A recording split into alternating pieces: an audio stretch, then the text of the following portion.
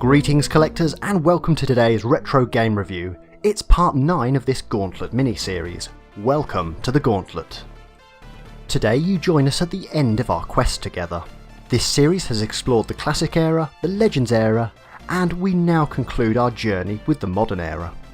In 2005, the Seven Sorrows may not have been to everyone's tastes, but it did at least show the limits of the series as a third-person hack and slash.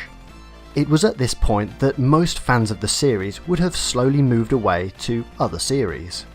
With games such as God of War and Devil May Cry making better efforts, there was no room in the gaming world for Gauntlet.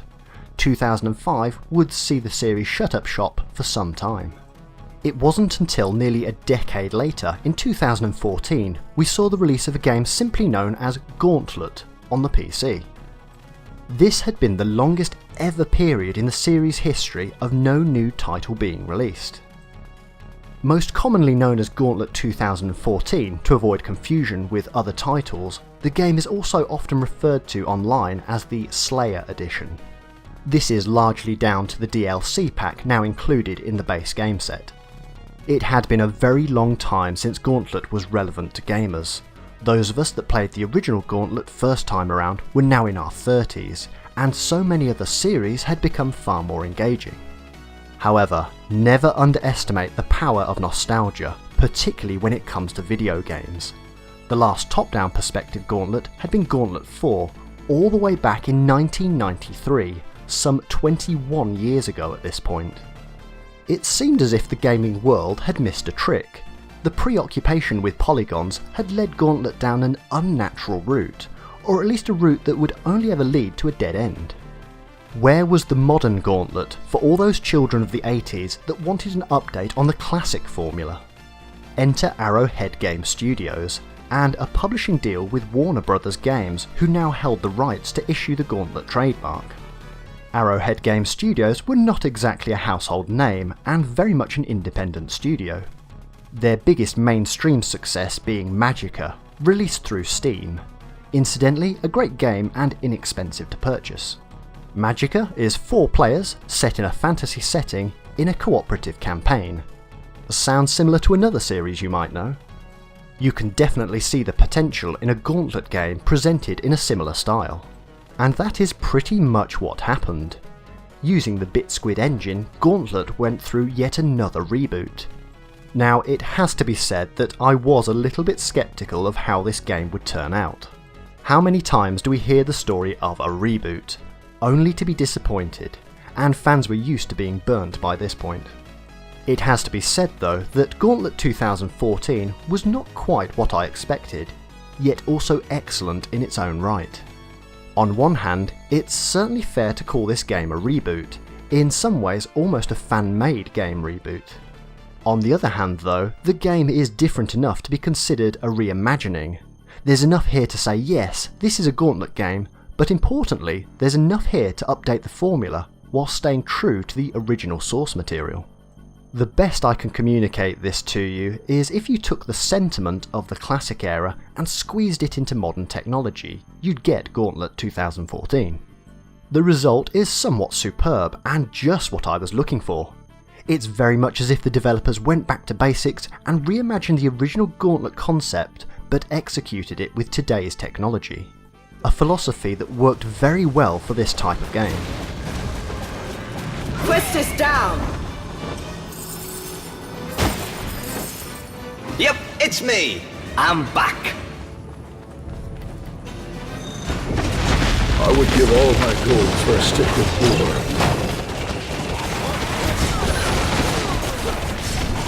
An amazing feat. For a mortal.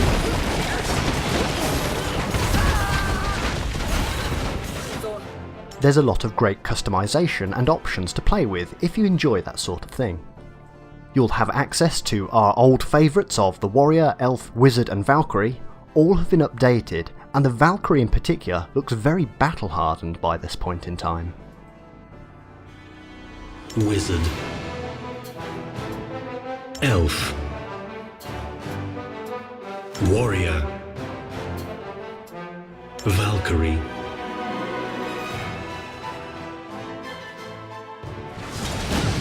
Playing the game, you are encouraged to pick up treasure and gold. This in turn allows you to invest in relics that can add short-term power on the battlefield, or upgrade to other skills. It's a well tried and tested mechanic of killing, leading to treasure, leading to the ability to kill even more, and so on.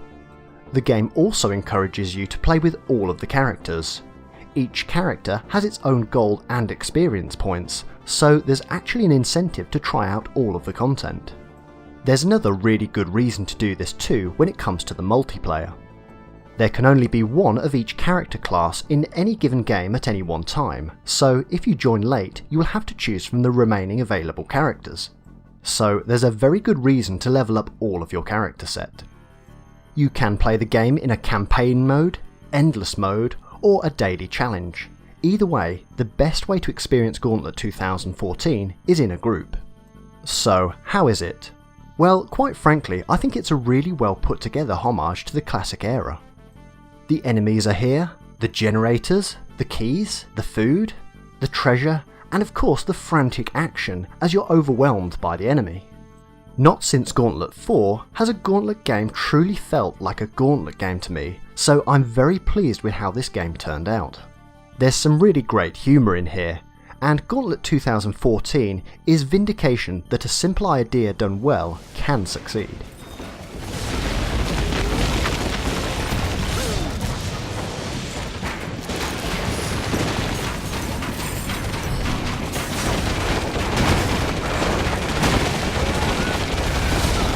Now that is how a wizard does it.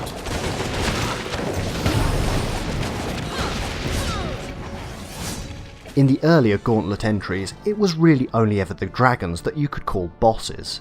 In Gauntlet 2014, there are actual bosses, each with their own strengths.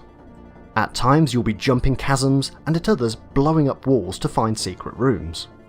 Oh, and Mr. Death is back, and he's larger than ever.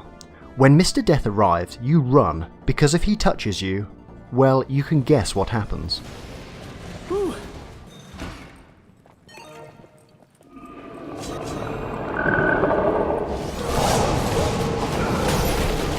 Thor has fallen.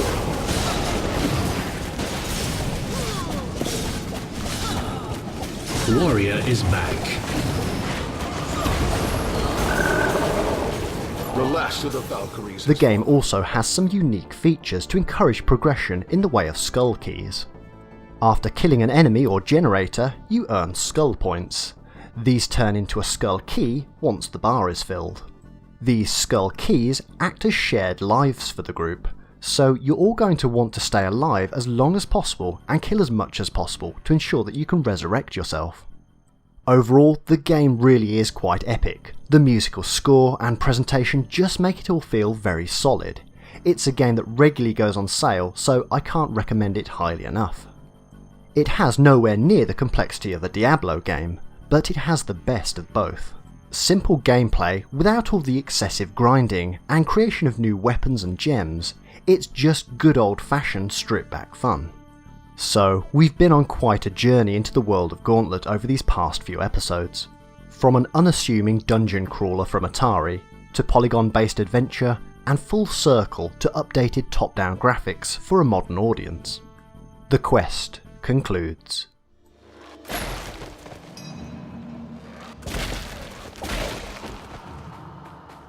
Ooh, shiny.